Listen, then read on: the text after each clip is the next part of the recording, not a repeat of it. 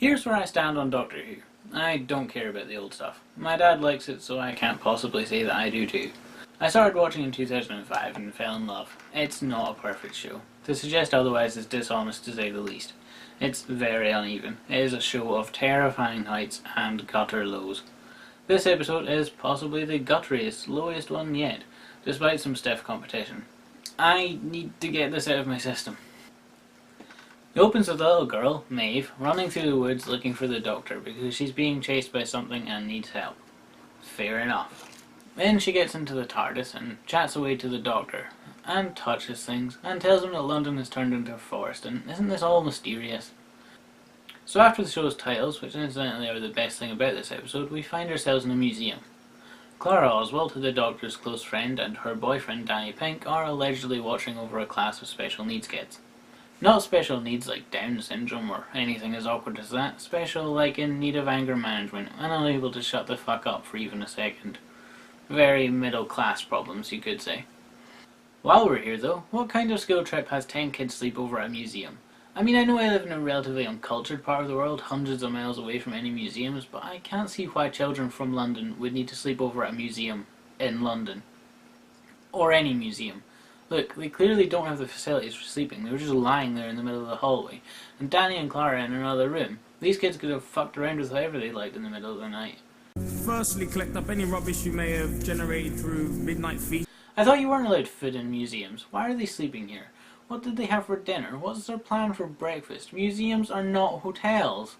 Moving on slowly, and they make a great big fuss about getting the door open. This is because museums often hold valuable, unique or rare items that you want to keep away from the mischievous or stupid. Unless you're having a slumber party. So now they know about the trees. Clara phones up the Doctor so she can show him something for a change, but he doesn't care because he's already here. And do you know anything about this little girl, Clara? We need to take this apart too. In the middle of the night, one of the children sneaks away. Neither of the teachers notice when they wake the kids up. Neither of the teachers noticed there were extra cereal bars left over. Neither of the teachers noticed after making sure everyone was ready. Before leaving, neither teacher counted them up to make sure nobody was lagging behind. Fucking trees sprang up in the middle of London and you don't check then and there to make sure nobody panicked and ran off. Teacher of the Year award. And just so you're aware, this little girl needs medication. What did they say? Who? School, parents, you were just on the phone. Oh, Danny, you have such high expectations. And how did she get out anyway? It took ages to open the door and that guy knew the codes. If she'd used a fire exit, it'd have set off an alarm, surely. Clara gets all excited by the prospect of seeing the Doctor and figuring this tree nonsense out. Danny is less curious. You're not even a little bit curious about how, who, why, when? I am curious. I'm bewildered. I am, in fact, enchanted. But I'm not the priority here. The kids are. Remember that time you lost one?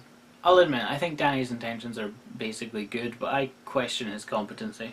Okay, team, it's crucial we stick together. If you start to fall behind, don't. Yes, well, there are some things that I've never seen. I choose them because I've chosen not to see them. Even my incredibly long life is too short for Les Miserables. Haha, a joke! I love jokes! Look at the news. I cannot believe Fox never found a way of blaming this on Obama. But the point is, it's global. Maeve is catching up with things on her phone. We will create pathways through the trees using carefully controlled fires. Controlled fires. That's the first solution you jump to, in the middle of a city, presumably full of people trying to make their way to loved ones, and perhaps looting. Asking you to stay in your homes. Stay in your homes, because that's ever worked. They communicate a bit though. What? Otherwise they wouldn't all grow at the same time, would they? That isn't even remotely how trees work. Even with these magic circumstances, is it not more reasonable to assume that nanobots are involved? You don't need a phone to communicate, do you? I haven't phoned home, and I know my mum is worried about me. If you know your mother is worried, why haven't you phoned home?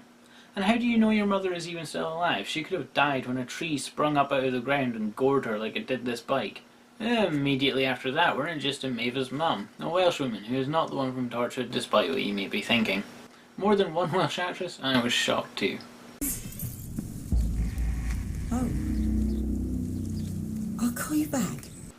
Oh hey, look, there are trees everywhere. We've seen this already. I think we should have been consulted. What's it made of even? What the fuck are you talking about, lady? Why would any council do this? Do you not understand what council is supposed to do? And actually, how did Gwendolyn here make it to the front door without finding out about the trees? She has a smartphone. I'm guessing she probably uses this as an alarm clock, and like most people checks Twitter while she has a shit in the morning.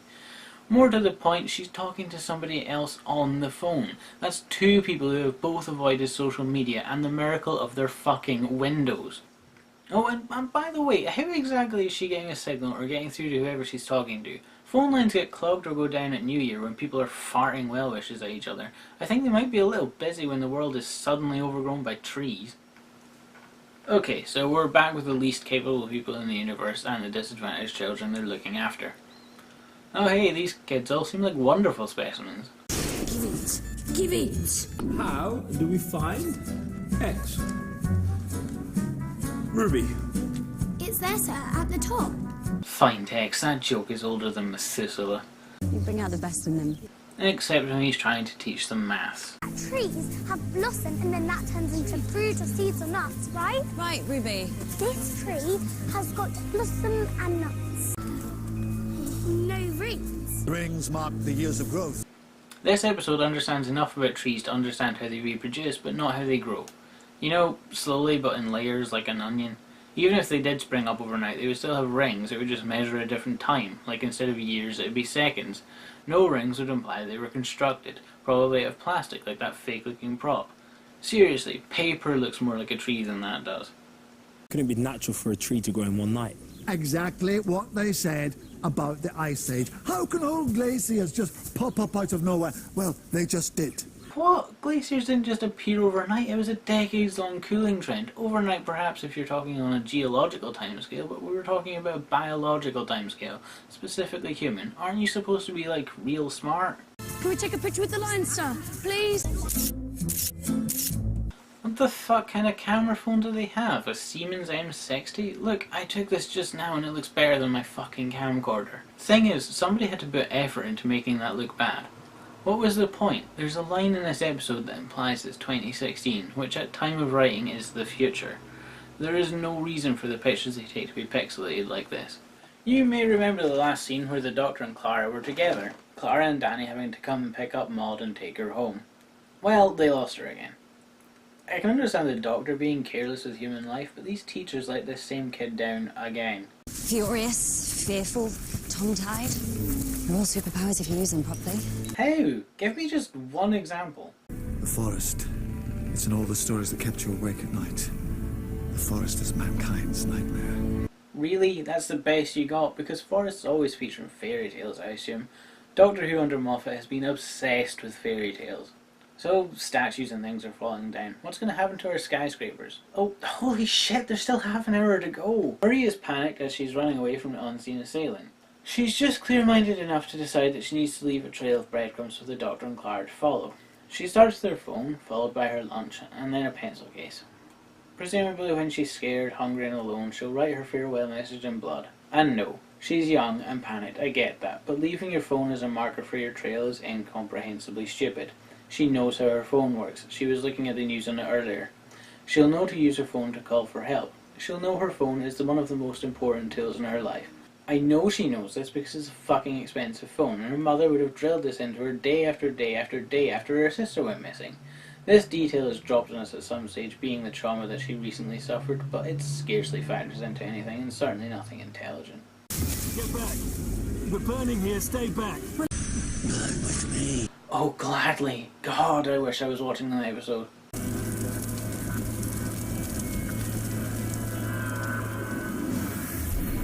Fireproof fucking trees.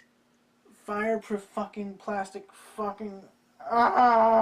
trees. It just doesn't end. Trees control the oxygen on this planet. They withhold it, they smother the fire. That isn't how trees work. They don't have godlike powers over oxygen. Was that a wolf? No, that is impossible. We're in London. Would that be the London with the zoo? The zoo with a pack of wolves? The zoo whose barriers and gates have probably been mangled by the trees? No. Wolves are not impossible. Well, shit. A shame you don't put that much thought into the things that aren't convenient to your plot. Where are all the other people? Just because the government said stay inside doesn't mean they will. People are curious. People are just dying for a chance to loot a new TV, and like Mavis's mum, others will be trying to reunite with family and friends. Ah, those are the tamest looking dogs I've ever seen, and I pretty much expect all dogs are trying to kill me. These are zoo wolves. They're not even used to hunting. It's hardly surprising, but they get chased away by a suddenly appearing tiger. There are very good, solid scientific reasons for being really quite frightened just now. It's a zoo tiger. It isn't even used to hunting. So they all get back together and live happily ever after. Has she had a medication yet? Oh, no. No, not a medication. We don't want to shut her up. We want to know what she knows. This is why I find this episode so very fucking offensive. The Doctor is allowing this girl to be tormented by the voices in her head because he's incapable of figuring the tree thing out on his own. It's lazy enough writing having a special needs kid be the special who can see the world for what it really is because she isn't burdened by reality, but to have the Doctor allow a condition like schizophrenia to get worse like this is sick. I don't care that in universe it's to save the world. He's proven before that he can find another way. And as part of our universe, one inhabited by people who deny their children vaccinations and medication because they think God or Gaia will save them, is downright vulgar. Why is there a deck chair here? That's another thing about this episode, just how cheap it looks. The trees are supposed to have sprung up in London overnight, and yet there is clearly a forest floor of weeks-old mulch and dirt and fertile soil with city things dumped on top. Like the underground sign in this deck chair. It's the antithesis of magical. So anyway, the Doctor decides to talk to whatever is haunting the little girl. Everything is subject to gravity. If I can create a little local increase. No, you are not experimenting on... And it appears to be some kind of computer-generated effect. We are the green shoots that grow between the cracks, the grass that grows over the mass graves. After your wars are over, we will still be here. We are the life that prevails. Why'd they give her the Satan voice if it was the trees? Why does her sister go missing lead to her having thoughts? Why are these thoughts actually predictions of the future? Does every kid who suffers a major tragedy get psychic powers, or just the ones that are convenient to your asinine tree plot? That was actually quite cool. Oh, fuck off. No, it was not. So, just what the hell is going on exactly? Well, apparently there's going to be a massive solar flare colliding with Earth, and on top of that, these fucking fireproof fucking trees are here. Nobody could possibly have made the connection. I can fight monsters, I can't fight physics. Except when you can. Fuck me, has the writer ever even watched one other episode? I'm going to skip over a few Carter bits here as they tie in with the series arcs, and at some stage I fully intend to do a review on the Doctor Who seasons. Suffice it to say they give up and face their deaths like men. Cowardly, cowardly men. Clara even refuses to allow the kids the option to live because they'll miss their parents for the rest of their lives. Truly a wonderful teacher and a stand-up human being. I think we should all bask in the radiant glow of compassion and wisdom and beauty that is Clara Oswald. You know, where we could ignore her because she's a selfish, short-sighted git. Children burying their parents is the natural order of things, and the human race's continued existence could be a nice thing. I'm not sure I really care. I'm dead in this scenario regardless, but you could at least give those involved the choice. Why to get rid of the flame-proof forest move, eh? Why is this episode treating its audience with such contempt? Big solar flare, headed this way, 1,000 kilometers a second. Coronal mass ejection, geomagnetic storm, it's huge. It's brewing up a solar wind big enough to blow this whole planet away.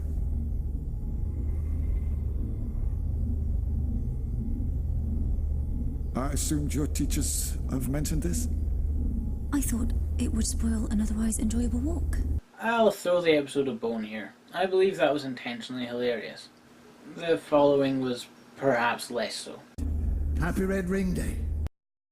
Massive forest filling the atmosphere with oxygen, pumping it up like a massive, highly inflammable airbag. For an episode all about trees, it's really quite astonishing how little it's thought about them. Okay, sure, one side of the planet is getting an oxygen boost, but that's being sucked right back out by all the trees on the night half of the planet. Why is this episode called In the Forest of the Night? It's set entirely during the day. What is it with you people? You hear voices, you want to shut them up. The trees come to save you, you want to chop them down. Oh, fuck you, Doctor. We can only do the best with what we know. Voices tormenting a little girl are probably best shut up, based on what we know and have seen before. That rarely leads anywhere good. And there is zero precedent for her being cryptically warned about a solar flare and trees coming to the rescue due to another scientifically impossible scenario. As for chopping down the trees, they're in the fucking way. They've brought our world to a halt. Vulnerable people will be dying because of this. And hey, more deck chairs need to be made. I promise we're getting close to the end. They decide to call everyone in the world and tell them to leave the trees alone. So wait, mobile networks are still operative? Why has nobody rung their fucking parents? Shouldn't these kids be bombarded by calls from their folks? The school hasn't rung. What's with that? And also maybe the writer did catch the end of season 4, as this feels very familiar. The episode winds down with some more character stuff until we get this final middle finger to our intelligence and dignity. How will they explain this tomorrow? You'll all forget it ever happened. We're gonna forget about it. The tree rape of the planet, and we're just gonna forget it overnight. Dear God, it took more than a season to forget about the Ice Bucket Challenge, and it never managed to kill anybody. And have you heard about what happened on September 11th, 2001? That was almost 14 years ago, and it only killed thousands. The tree disaster would have brought down buildings, prevented the ill or injured from getting help. Where did aeroplanes land? Or rather, exactly how many crashed? I mentioned looting, but there's plenty of people who would have taken the opportunity to murder their overbearing mothers too. This episode even took a selfie, and however bizarre yours was, thousands of millions of people would have taken selfies over the course of the day, probably with their new iPhones, showing off their new TVs. Can you even begin to imagine the political fallout of this? Even though they're all evaporating into magic sparkles, the roads are still going to be torn up. We're not going to forget it in a hurry, is what I'm trying to get across. Okay, fine. Doctor Who has retconned things before, and part of the understanding of Doctor Who is episodes don't relate to each other unless they do. But to set your audience down like this, and tell them they'll just forget everything, and nothing has any consequence, because we're all too self-absorbed to care, is a kick in the teeth on top of an already insulting episode. Oh, and Muriel's sister comes back because... hey, look, it's Happy, okay? I hate every agonizing, tortured moment of this episode. I nearly switched it off. Garbage like Love and Monsters never made me hate the show, but this did. All of its major problems come from the script. The writing is just awful. It's lazy and incoherent. I'm still honestly unsure if Marcy was the cause of the trees, or if the trees used her as a vessel. It doesn't follow its own logic, and lacks stakes of any kind. With junk science, it's almost as hilariously thick and fast as in Kill the Moon, another potential candidate for an episode like this. I honestly feel dumber for watching it. The acting, given how young the kids are, leaves something to be desired. One of the other girls in the class is particularly obnoxious given how many lines she got, which is again exacerbated by bouts of awful dialogue. I thought you said they're in love. Why are they shouting at each other? That's what people do when they're in love. Don't you know anything? You're supposed to be madly in love with them. I don't get it. If they're good, then why are we chopping them down? Jenna Coleman is not the problem with Clara. She's the only thing that makes the character watchable, and through raw charisma alone has given her monstrously selfish character some air of likability. Clara's behaviour in this episode is sadly the rule rather than the exception, and it gets a whole lot worse. The pro-tree sentiment is basically good, but it lacks nuance. Trees. Whenever there's a planet-threatening extraterrestrial impact, trees! Then there's the whole shite about Mavis' illness. It isn't commenting about any of the reasons you, for example, may want to seek counselling and support rather than medication. All it's saying is, don't trust those pills, they're stopping you from hearing about solar flares. Reject science in favour of what you think natural means. It feels like it makes the world a worse place. Haven't any of you been struck by the fact that it's bigger on the inside? There wasn't a forest, then there was a forest. Nothing surprises us anymore. Have fun. Only takes one tree to make 1,000 matches. Only takes one match to burn.